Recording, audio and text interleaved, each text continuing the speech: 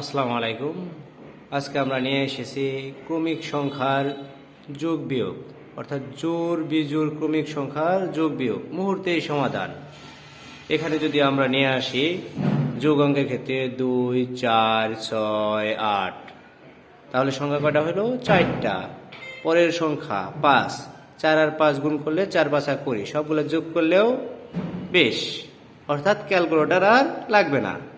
যদি আমরা 5টা সংখ্যার ক্ষেত্রে যাই, 2, 4, 6, 8, 10, অর্থাৎ সংখ্যা কয়টা? 5টা। পরের সংখ্যা কত? 6, 5 6 30। আমরা যদি বিয়োগের ক্ষেত্রে যাই তাহলে কি দেখতে পারবো? 1, 3, 5, 7, সংখ্যা কয়টা? 4টা। বিয়োগের ক্ষেত্রে কি করতে হবে? শুধু একই সংখ্যা দ্বারা গুণ করতে হবে। তাহলে 4টা সংখ্যা থাকলে 4 দ্বারা গুণ, 4 4 16। যদি 5টা সংখ্যা থাকে 5 দ্বারা গুণ, 5 5 25। মুহূর্তেই সমাধান।